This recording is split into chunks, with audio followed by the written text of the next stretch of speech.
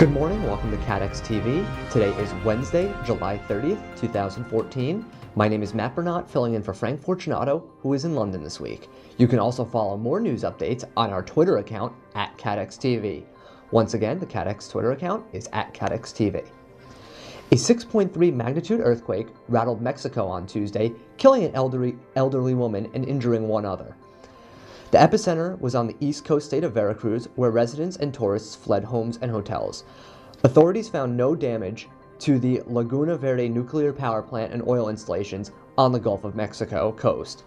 An explosion was reported in a mine further south in San Jose del Progreso, but workers were safely evacuated. The U.S. Geological Survey said that the earthquake took place at 5:46 a.m. local time in Veracruz at a depth of 95 kilometers and 19 kilometers southwest of the municipality of Juan Rodriguez Clara. In July alone, there have been 3 typhoons that have swept through the western Pacific Ocean. Now another tropical cyclone swept through an area not hit hard by the previous 3, Guam. Tropical storm Halong is now centered about 45 miles northwest of Andersen Air Force Base in Guam. Recent satellite images and National Weather Service Doppler radar from Andersen Air Force Base indicate Halong Center is now partially exposed due to wind shear, one factor that has likely held Halong's intensity in check in the past 24 hours. In fact, one satellite image from the University of Wisconsin suggests that Halong may barely qualify as a tropical storm. Heavy rain associated with Halong wrapped into Guam, Rota, and the Northern Mariana Islands Wednesday. Through Wednesday evening's local time, Andersen Air Force Base, Guam, had picked up 8.73 inches of rain from the tropical storm. Flooding was reported in the tourist hub of Tumon on Guam's west coast Wednesday. Guam International Airport measured several peak wind gusts over 40 miles per hour Wednesday, including a peak gust of 53 miles per hour just after 10:30 a.m. local time. A peak gust of 58 miles per hour was clocked on Rota, about 46 miles northeast of Guam. Downed trees and power lines were reported in several villages. XL Group plc reported a net loss of nearly $280 million in the second quarter of 2014, reflecting a large after-tax loss on the sale of its life reinsurance operation, the Dublin-based insurer said. The company said Monday that it posted a $621 million loss after selling its life reinsurance subsidiary. XL announced in May that it was selling its XL Life Reinsurance Ltd unit for $570 million. XL said that its net written property casualty premiums remained virtually flat at $1.43 billion, while its combined ratio was 88.3%, compared with 93.8% in the prior year quarter.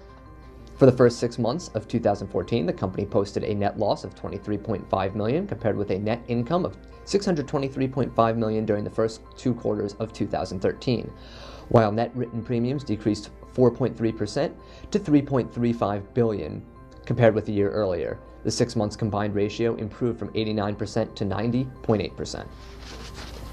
Aetna believes it should qualify for a $50 million federal reinsurance benefit based on actual individual health insurance claims submitted during the first half of 2014. Executives from Aetna talked about the new Patient Protection and Affordable Care Act reinsurance program and other PPACA programs during a conference call with securities analysts.